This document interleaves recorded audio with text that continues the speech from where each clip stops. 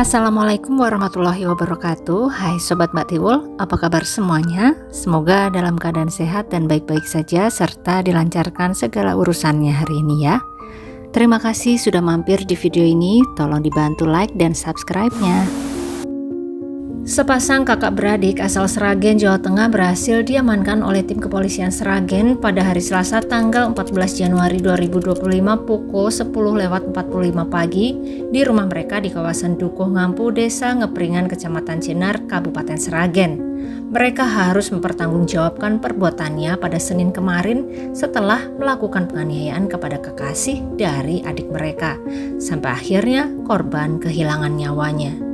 Sebuah kisah kasih yang harus berakhir pedih dari Sragen. Apa yang terjadi dan apakah benar hanya ada 2 tersangka dalam kasus ini? Kita simak video ini sampai akhir ya sobat.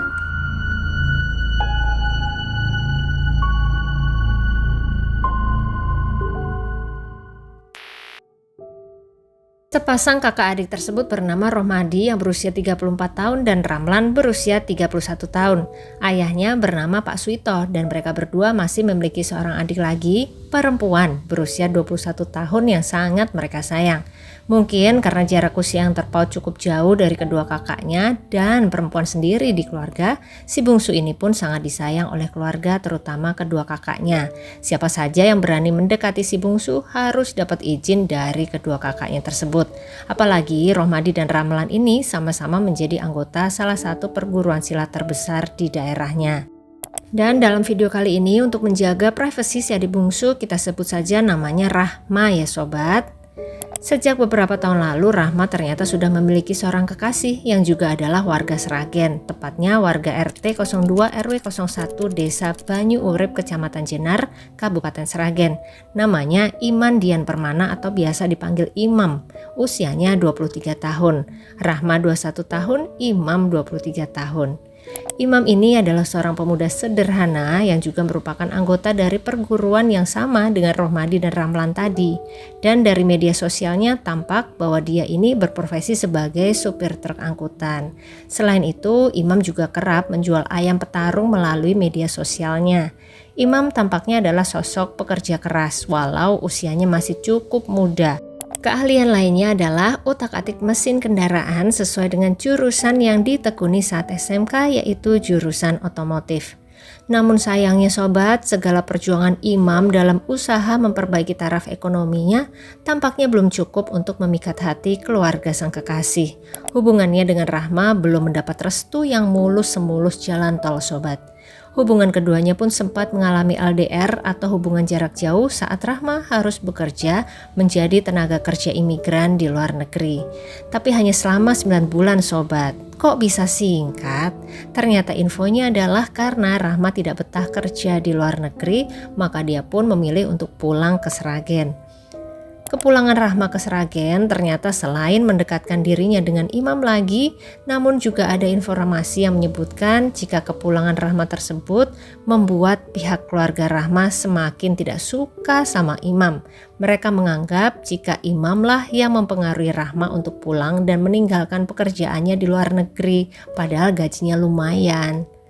Tampaknya nasib kisah cinta antara Imam dan Rahma ini menghadapi sebuah tembok yang cukup tinggi, yaitu restu keluarga. Tapi mereka berdua tidak mau menyerah begitu saja.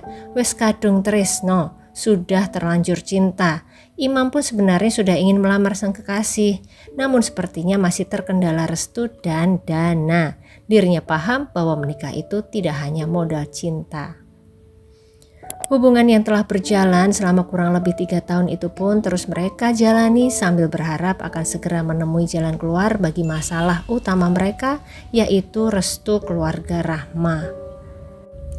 Suatu hari di bulan Januari 2025, tepatnya pada hari Senin tanggal 13 Januari, Imam pamit kepada keluarganya untuk berangkat bekerja di daerah Masaran Sragen, sebuah kawasan di Sragen yang memang banyak pabrik atau perusahaan cukup besar berdiri. Tapi tidak diketahui saat itu Imam bekerja di mana ya sobat, hanya diketahui di Masaran. Keluarga pun mengiyakan pamitan tersebut tanpa ada firasat apapun bahwa di sore harinya Imam akan pulang dalam keadaan cukup parah. Sekitar pukul 4 sore, ayah Imam yang bernama Pak Tamin usia 53 tahun dikejutkan dengan kepulangan sang anak yang diantar oleh dua pamannya. Keadaan Imam saat itu hampir tidak bisa dikenali sobat. Wajahnya bengkak, cairan merah tampak di beberapa bagian. Namun alhamdulillah dia masih sadar dan masih bisa bercerita bahwa dia baru saja dikeroyok orang. Tidak mau menunggu lebih lama lagi, Pak Tamin pun segera membawa Imam ke RSUD Sragen untuk ditangani, berharap agar anaknya tersebut bisa selamat. Namun sayangnya setelah dilakukan pengecekan, trauma benda tumpul di beberapa bagian tubuh dan wajah Imam sudah parah sobat. Ditambah lagi ternyata Imam ini adalah penderita hemofili atau sebuah kelainan gangguan cairan merah yang pembuluhnya tidak bisa membeku secara normal. Ditambah lagi ada asfiksia atau pelebaran pembuluh di bagian otak. Ternyata trauma di bagian organ dalamnya begitu hebat sobat, hingga akhirnya Imam pun harus dirujuk ke Rumah Sakit Dr. Muwardi Solo. Sang ayah, Pak Tamin, pada hari itu juga segera melaporkan kejadian ini kepada Polres Sragen. Dan dari laporan tersebut, tim kepolisian Sragen mengumpulkan keterangan dari para saksi, termasuk kedua paman dari Imam. Dan akhirnya pada keesokan harinya, Selasa tanggal 14 Januari, tim kepolisian mengamankan dua orang terduga pelaku yang melakukan tindakan kepada Imam, yaitu Rohmadi dan Ramlan, kakak dari kekasih Imam. Tepat pukul 10:45, mereka berdua diamankan di rumahnya di Dukuh Ngampu, Desa Ngepringan, Kecamatan Jenar, Sragen. Dalam proses interogasi di Mapolres Sragen, mereka mengakui perbuatannya dan menceritakan motif serta kronologinya. Kita masuk ke kronologi ya sobat.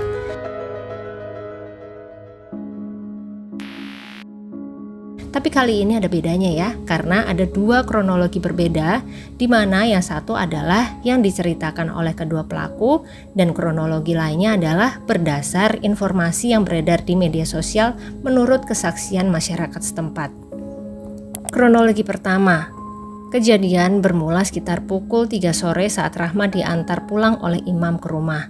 Karena pada dasarnya keluarga kurang setuju dengan hubungan mereka berdua, maka pada saat mengantar tersebut bukan sambutan hangat yang diterima Imam, namun malah berondongan pertanyaan dari Rohmadi. Dia bertanya kepada Imam, "Dari mana kalian?" Dijawab oleh Imam bahwa mereka berdua dari hotel, dan di hotel mereka melakukan hubungan layaknya suami istri. Mendengar hal tersebut tentu saja sebagai kakak, Rohmadi menjadi sangat emosi. Mereka pun berdebat di dalam rumah dan tiba-tiba dari rumah samping keluarlah kakak nomor 2, Ramlan, yang mendengar keributan. Rohmadi kemudian menceritakan pengakuan Imam kepada dirinya tadi. Ramlan otomatis ikut tersulut dan keadaan langsung menjadi semakin panas sobat. Rohmadi dan Ramlan langsung menyerang bertubi-tubi Imam. Rohmadi menyerang menggunakan tangan kosong ke arah kepala dan wajah Imam 10 kali sobat, menendang 2 kali ke arah kaki. Setelah itu Ramlan menyerang wajah Imam dengan tangan kosongnya juga 6 kali. Kemudian menendang 2 kali ke arah kaki, dan ada juga adegan lempar asbak serta gelas beling ke arah Imam. Saat itu Imam tidak sanggup melakukan perlawanan dan akhirnya dia terjatuh tapi masih bernafas. Rasa sakit menjalar di seluruh bagian tubuh dari atas sampai bawah. Banyak bekas serangan benda tumpul di wajah, hidung, mulut, pelipis, pinggang, tapi masih bernafas. Imam pun menggunakan sebuah kesempatan untuk kemudian menelpon pamannya meminta dijemput di lokasi. Dia sudah tidak mampu berdiri. Lalu di mana Rahma saat itu? Nah, kita masuk ke kronologi yang sesuai informasi di media sosial ya. Pada hari Senin itu, Imam tidak mengajak kekasihnya ke hotel. Hubungan mereka memang sudah berjalan lama, sekitar 3 tahun. Namun belum mendapat restu dari keluarga Rahma karena Imam ini berasal dari keluarga kurang mampu. Ditambah tuduhan pihak keluarga kepada Imam bahwa Imamlah penyebab pulangnya Rahma dari luar negeri. Hari Senin itu Rahma menghubungi Imam meminta untuk dijemput di rumah, pengen diajak main. Dibalas oleh Imam bahwa dirinya sebenarnya mau saja menjemput, tapi saat itu dia sedang tidak ada uang. Dan Rahma menjawab kembali, "Gak apa-apa mas, saya masih ada uang." Akhirnya datanglah Imam ke rumah Rahma. Tanpa pamit kepada ayah ibunya, Rahma pun pergi. Mereka berdua perginya tidak lama dan sekitar jam 2 siang atau 3 sore sudah sampai di rumah lagi. Tiba-tiba saja mereka sudah dihadang oleh keluarga Rahma di dalam rumah. Sang ayah Pak Suito menampar Rahma, kemudian menguncinya di dalam kamar, sedangkan imam langsung disidang di tempat dan mulailah terjadi pengeroyokan. Dua kakak Rahma dan Pak Suito ikut mengeroyok imam sampai banyak trauma di tubuh tadi. Sebenarnya di tengah-tengah terjadi keributan, ada seorang tetangga yang datang dan bertanya ke ibunya Rahma, "Ada apa kok ribut-ribut?" Tapi dijawab oleh ibunya Rahma, "Gak ada apa-apa, hanya masalah keluarga biasa." Setelah itu si tetangga pergi. Dan karena jarak rumah Rahma ke tetangga terdekat adalah 100 meteran, maka tidak ada lagi yang mendengar keributan tersebut.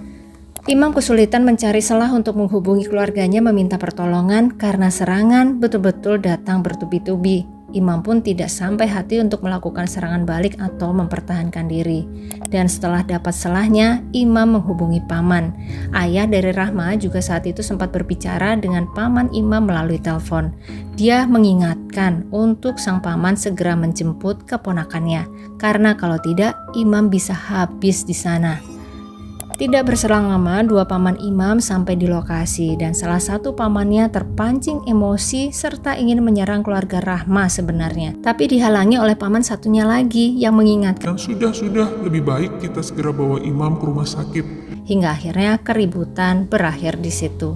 Kalau dari cerita saksi yang beredar di media sosial, berarti harusnya satu keluarga terlibat ya, dan harus dikenai hukuman juga dong ya, karena ayah dan ibunya juga ada di sana dan tidak melerai. Tapi entah kebijakan apa yang digunakan hingga akhirnya tim kepolisian hanya menangkap Rohmadi dan Ramlan. Dan awalnya karena saat itu imam diketahui masih dalam kondisi hidup, ancaman hukuman yang diberikan hanya maksimal 5,5 tahun. Namun kemudian sobat, pada hari Kamis tanggal 16 Januari dini hari datang sebuah kabar duka dari Rumah Sakit Muardi. Iman Dian Permana alias Imam menghembuskan nafas terakhirnya akibat trauma serangan benda tumpul di sekujur tubuhnya. Setelah keluar hasil otopsi ternyata traumanya betul-betul hebat sobat. Ada trauma tumpul di leher hingga pita suara yang menyebabkan pembuluh pecah, memar pada paru-paru, memar pada otot pinggang kiri dan diperparah karena Imam memiliki riwayat hemofili serta ada asfiksia di otak.